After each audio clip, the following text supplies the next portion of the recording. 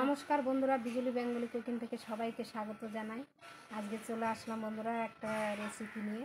আজকে বৃহস্পতিবার তো, তাই অনেকের বাড়িতেই নিরামিষ খাও, আমিও খাই আজকে নিরামিষ, তাই আজকে নিরামিষ রেসিপি তোমাদের সঙ্গে শেয়ার করব। চলো বন্ধুরা, আজকে অন্য অন্য সবজি রেডি করে নিয়েছি, আর এখন নিজেদের জমিতে একটু পালং শাক আছে, পালং শাক তুলবো। পালং শাক দিয়ে আর সবজি দিয়ে কিভাবে মানে বড়ি দিয়ে রান্না করে সেটাই তোমাদের সঙ্গে শেয়ার করব, দেখতে থাকো। এই দেখো বন্ধুরা, আমাদের বাড়িরই সবজি, এই যে পালং শাক একটু তুলে নেব।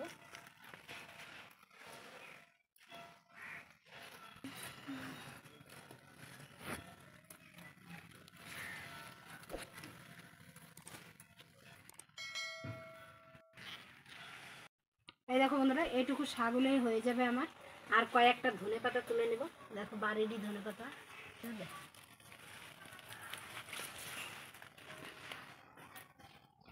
দেখো আমাদের কি সুন্দর ধনে পাতা হয়েছে। চলো এইটুকু হলে হয়ে যাবে ধনে পাতা। আর এই যে পালং শাক, পালং শাকটা ভালো করে বেছে নেব। অনেক সময় পোকাটা করে ধুয়ে পরিষ্কার করে তারপরে কাটবো। অনেক সময় শাকের ভিতরে পোকা টোকা থাকে, তো তার জন্য দেখে নিতে হবে ভালো করে। ভালো করে পরিষ্কার করে নিলাম, একটা একটা করে পাতা বেছে ভালো করে এনে এখন ধুয়ে নিয়ে আসবো। আর এই দেখো, এই যে বড়ি নিয়ে নিয়েছি, আর এখানে নিয়ে নিয়েছি যে এটাকে ওলকপিও বলে, কেউ ঘটকপি বলে, আমরা ওলকপি বলি। আর আলু নিয়ে নিয়েছি, একটু ফুলকপি, আর এই যে জমি থেকে দুটো মূলা উঠে নিয়েছি অল্প সবজি দিয়ে। কিভাবে রান্না করি বন্ধুরা দেখতে থাকো, খুব টেস্টি হয় কিন্তু বন্ধুরা।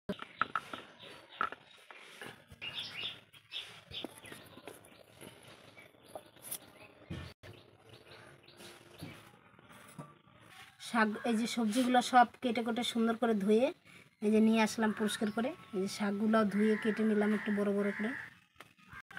কড়াইতে তেল দিয়ে বড়িগুলো ভেজে নেব।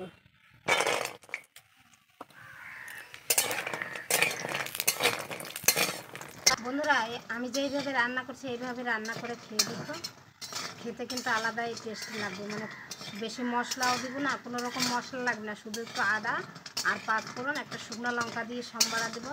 আর এমনি আদা কোনো মশলা দেবো না। খেয়ে দেখবে, সবাই চেটে পুটে খাবে এইভাবে রান্না করলে। ভেজে নিয়েছি লাল লাল করে, তুলে নেব। এই যে সবজিগুলো দিয়ে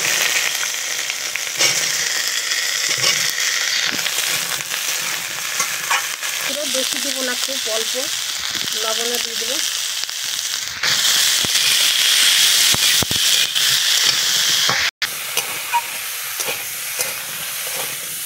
লঙ্কাগুলো দিয়ে দেবো।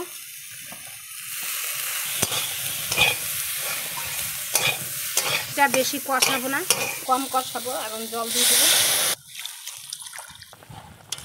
দেখো বন্ধুরা, তরকারিটা প্রায় সিদ্ধ হয়ে গেছে। এখন বড়িগুলো দিয়ে দেবো। আর এখানে বড়ির ভিতরে বেশি আটা মিশানো থাকে, তাই সিদ্ধ হতে চায় না আগে থেকে না দিলে।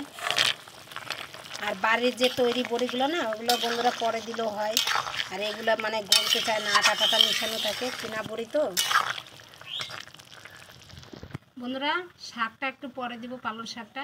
মানে শাকটা একটু সবুজ সবুজ থাকলে খেতে ভালো লাগে।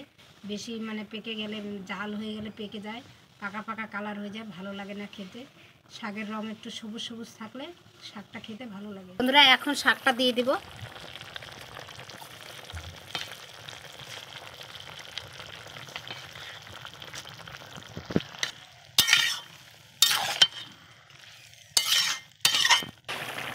বাড়া দিয়ে দেবো। সর্ষের তেল দিয়ে দিলাম বন্ধুরা। একটা শুকনো লঙ্কা দিয়ে দেবো, পাঁচফোড়ন। এই যে আদাটা গ্রেট করে নিয়েছি, রসটা এর মধ্যে দিয়ে দেবো। এর মধ্যে দেবো।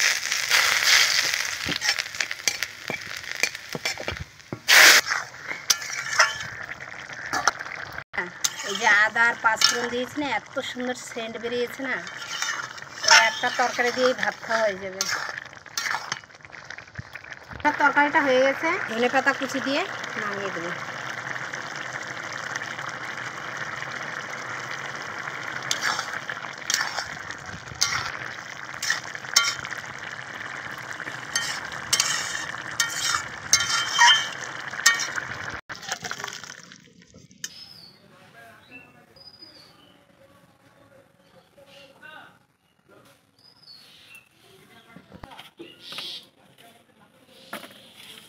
গরম গরম ভাত বেড়ে নিয়েছি।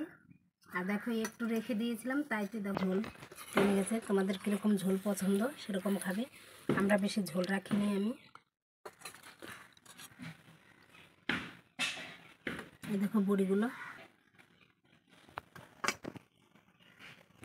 আর দেখো বড়িগুলো কত সুন্দর গলে গেছে। এই দেখো অনেক বড়ি যে ভেঙেও গেছে, এই দেখো কত সুন্দর গলে গেছে একবারে।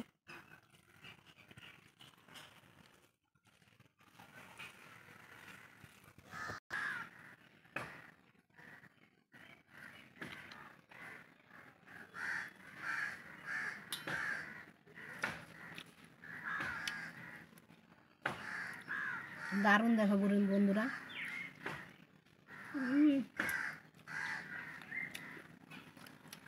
এরকম রান্না হলে বন্ধুরা আর কিচ্ছু লাগবে না সঙ্গে। আর নিরামিষ নাকি বুঝতেই পারবে না, এত সুন্দর লাগছে না, মাছ মাংসকে হার মানিয়ে দেয়। এই দেখো ফুলকপিগুলো